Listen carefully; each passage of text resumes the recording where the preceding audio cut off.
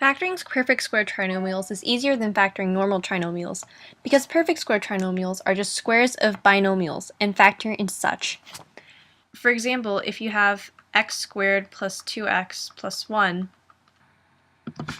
factors perfectly into x plus 1 times x plus 1 or x plus 1 squared. Why does this work? To find out the answer, let's take a closer look at the trinomial. So, when factoring perfect square trinomials, before you even do anything, you have to factor out the coefficient in front of the x squared term. Then you can look at the trinomial. The first term must always be positive x squared, not negative x squared, not 5x squared, x squared.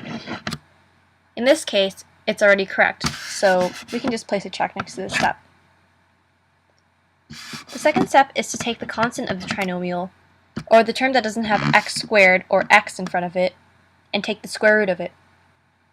In this case, the constant is 1, and the square root of 1 is 1. Next, take the number from the second step and double it. So now you get 1 times 2 equals 2. If this number equals the coefficient in front of the original x term, which it does, this is a perfect square. The reason why this method works lies in the way factored perfect squares are multiplied out. If you have x plus 1 squared, like we do here, and you multiply it out using FOIL, you get the original equation, x squared plus 2x plus 1. The last term here is going to end up being this number squared, and the coefficient of the x term here is going to end up being this number doubled.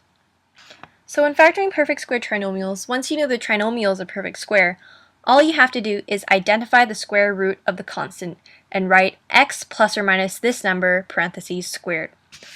So let's say you have x squared plus 4x plus 4.